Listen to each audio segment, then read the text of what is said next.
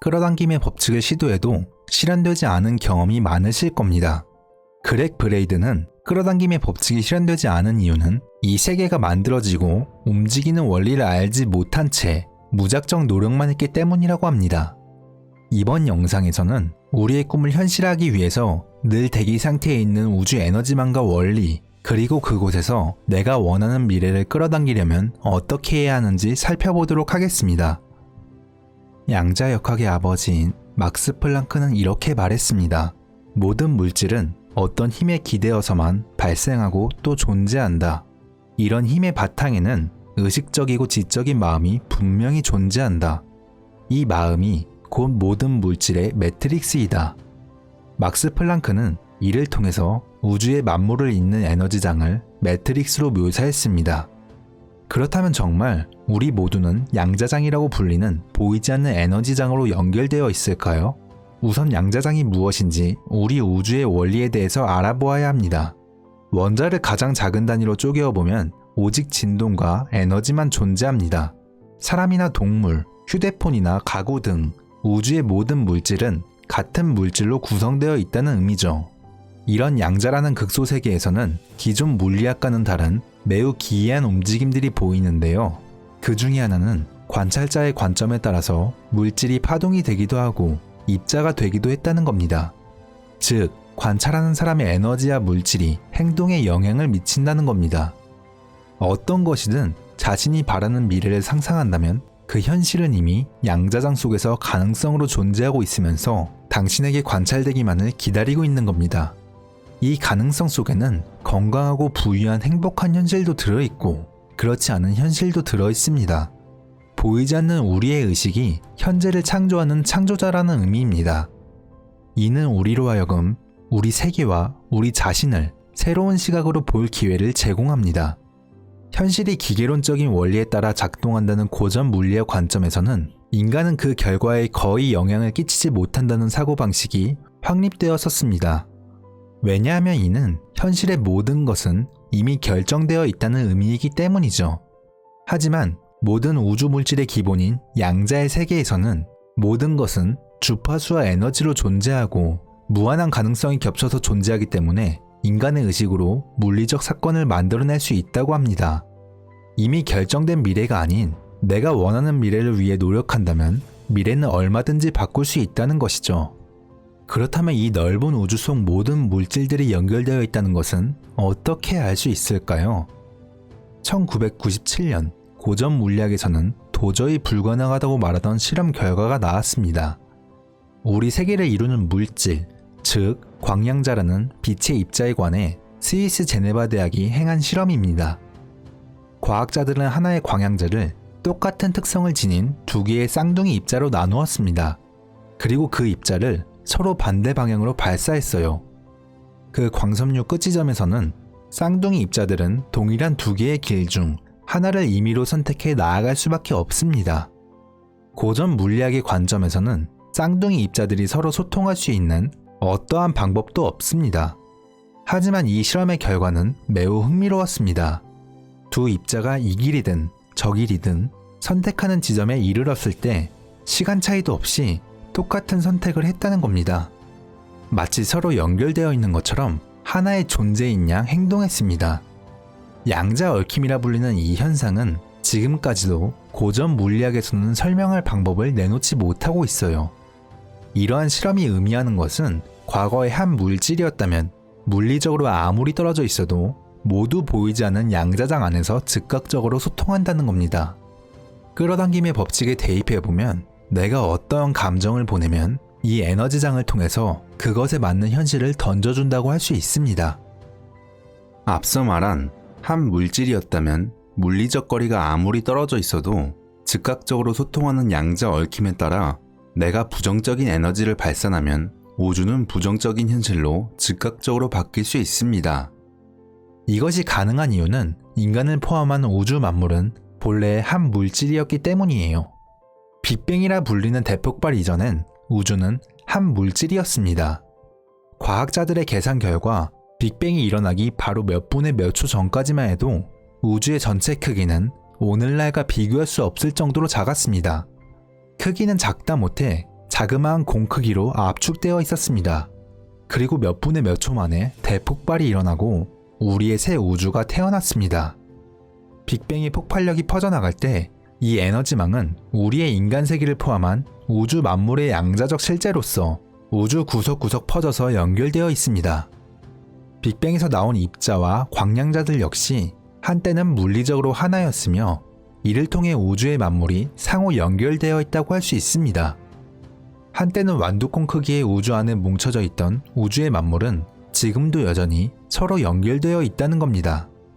이렇게 서로를 이어주는 에너지가 바로 플랭크가 말한 만물의 매트릭스라고 할 수 있습니다. 이렇듯 우리는 어떤 힘과 어떤 장을 통해 다른 사람의 세상에 그리고 더 위대한 힘에 연결되어 있습니다. 이런 우주 속에서 우리는 보지도 이해하지도 못하는 힘에 휘둘리는 희생자가 아니라 참여자가 되는 겁니다. 우리는 다른 사람들과 이 세계와 이 세계에서 일어나는 모든 일과 분리되어 있다고 생각했습니다. 이런 생각들은 우리를 소외감과 고독에 휩싸이게 하고 때로는 우리 자신과 타인에게 고통을 야기하는 원인을 제거할 힘이 없다는 무력감에 빠지곤 합니다. 하지만 우리가 서로 연결되어 있고 우리의 의식과 감정은 강력한 힘을 가지고 있습니다. 우리는 창조자들이며 내가 어떠한 감정이 생기는 순간 우주 어디에나 존재하게 됩니다. 그렇다면 이 양자장 속에서 원하는 것을 끌어당기려면 어떻게 해야 할까요? 우선 우리의 힘에 대한 믿음과 우리는 우주의 일부라는 것을 받아들이는 겁니다. 양자장 안에서 우리의 감정에 따라 다양한 가능성이 있다는 사실을 받아들이고 믿어야 합니다. 우리는 여기에 있고 가능성들은 저 밖에 있다는 믿음 때문에 때로는 도저히 불가능하다는 느낌에 휩싸이곤 합니다. 하지만 이 보이지 않는 장 안에서 우리 모두는 풀잎의 일부이고 모든 바위의 일부입니다. 모든 빗방울의 일부이며 아침 일찍 산책할 때 우리의 뺨을 스치는 시원한 바람의 일부입니다. 양자장 속에서는 그 어떤 일이든 가능하며 우리는 어느 가능성을 현실로 만들지 선택할 수 있습니다.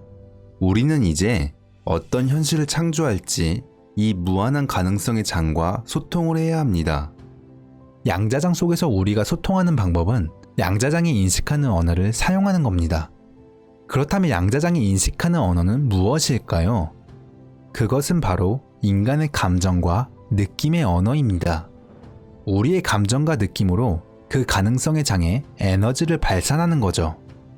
하지만 양자장이 인지하는 언어가 감정적인 것은 분명하지만 아무 느낌이나 다 되는 것은 물론 아닙니다. 물리학자 아미트 고스와미는 양자 가능성을 현실로 만들기 위해서는 일반적인 의식 상태로는 부족하며 비범한 의식 상태가 되어야 한다고 했습니다. 이는 속셈을 조금도 감추지 말고 구하라. 즉, 에고에 기반을 두지 않는 마음이어야 한다는 겁니다. 자비심은 우주의 힘인 동시에 우주와 소통하는 인간의 경험입니다. 이 말의 핵심은 자비심을 가지려면 특정 상황에 대해 옳고 그름을 따지지 말고 다가가야 한다는 겁니다. 다시 말하면 판단이나 에고 없이 상황을 인식해야 합니다. 에고에 기반을 두지 않는 마음으로 의사결정을 내려야 합니다. 상상, 믿음, 치유, 평화를 현재의 현실로 만드는 가장 큰 비결은 그 선택의 결과에 연연하지 않는 겁니다.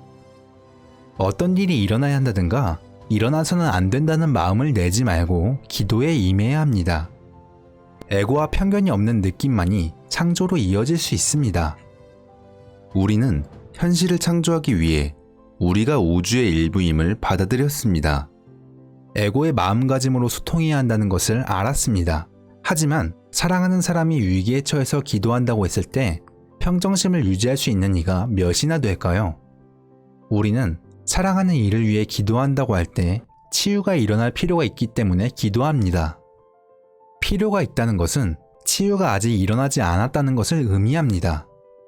치유가 이미 일어났다면 그토록 간절히 기도할 필요가 없겠죠. 치유가 되기를 간절히 기도하는 그 자체가 오히려 질병에 걸린 현재 상태를 강조하고 있는 셈이에요. 이때 기적을 현실로 만들기 위한 시도에서 간과되고 나는 고대의 가르침이 필요합니다. 그것은 바로 무언가를 소망할 때 이미 기도의 응답을 받은 듯한 감정을 반드시 느껴야 한다는 겁니다. 치유, 풍요, 평화, 기도에 대한 응답이 이미 주어진 것처럼 먼저 진심으로 느껴야 합니다. 새로운 현실에 대해서 생각하거나 소망하는 것만으론 부족합니다. 새로운 가능성을 생각하는 것과 새로운 현실에 깨어날 수 있도록 생각의 느낌과 믿음으로 철저히 따르는 것은 차이가 있습니다. 위에서 말한 예시처럼 단순히 치유가 일어나게 해달라는 요청만 한다면 그것은 양자장이 인식할 수 있는 언어가 아닙니다. 우주가 뜻을 알아들을 수 있도록 이미 응답받은 느낌으로 우주에게 말해야 합니다. 사랑하는 이가 완쾌되었다는 기분에 에워싸이고 세계 평화로 자신이 둘러싸여 있는 것처럼 느낄 때 그것이 바로 모든 가능성의 문을 여는 언어이자 코드인 겁니다. 이런 느낌 안에서 우리는 우리 인생사가 우연의 연속일 뿐이라는 의심 상태에서 벗어나 우리 자신이 존재하는 모든 것의 일부임을 아는 관점으로 이동하게 됩니다. 양자 도약이라고 일컫는 에너지의 이동을 창조하게 되는 겁니다. 양자 언어로 말함으로써 우리가 현실을 선택할 수 있다는 사실을 단지 짐작하는 정도가 아닌 확신을 하게 될 때 우리는 다른 의식 상태 안에 있게 됩니다. 이 상태가 바로 꿈과 기도와 기적이 시작되는 순수한 공간의 상태입니다. 그리고 중요한 것은 그러한 감정과 느낌은 지속되어야 한다는 겁니다. 몸과 마음의 연결, 기도의 영향력에 대한 연구는 이미 공개적으로 발표된 바 있습니다. 우리 몸 안의 느낌이 우리 자신뿐만 아니라 바깥 세계에까지 영향을 준다는 사실이 분명히 밝혀졌습니다. 하지만 한 연구 논문에 따르면 기도의 긍정적 영향은 기도를 하는 동안에만 지속됩니다. 기도가 멈추면 기도의 영향력도 사라진다는 겁니다. 우리가 우리의 현실 선택이 일시적으로만 가능하다고 믿는다면 새로운 현실이 존재하다고 느끼는 것을 멈추는 순간 영향력 또한 사라지는 것이 당연합니다. 치유, 평화, 풍요의 느낌이 한 번에 겨우 몇 분만 지속된다고 믿는다면 우리의 현실 만들기는 일시적 현상으로 끝나고 맙니다. 현대 과학 실험과 고대 문헌의 가르침 사이에서 우리는 현실 만들기가 단순히 우리의 행위가 아니라 우리의 존재 그 자체임을 명심해야 합니다. 느낌이 바로 우리가 선택한 방법이기에 우리가 항상 느끼고 있다면 우리는 항상 선택하고 있다는 겁니다. 세상 어딘가에는 평화가 있기 마련이므로 확신을 갖고 세계 평화에 대해 늘 감사함을 느껴야 합니다.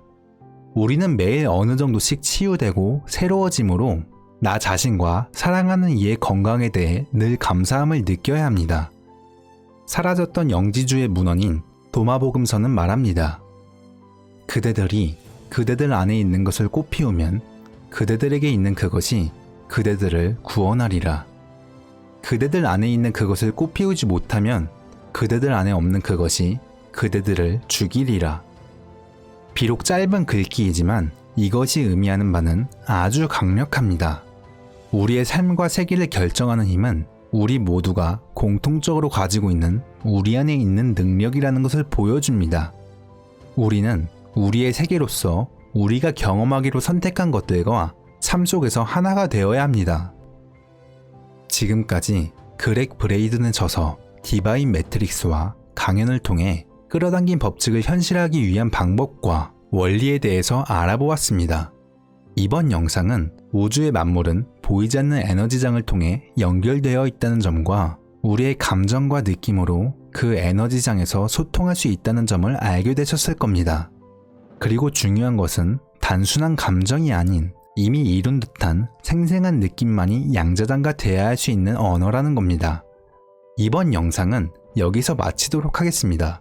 다음에도 더 유익하고 좋은 영상으로 찾아뵙겠습니다. 시청해주셔서 감사합니다.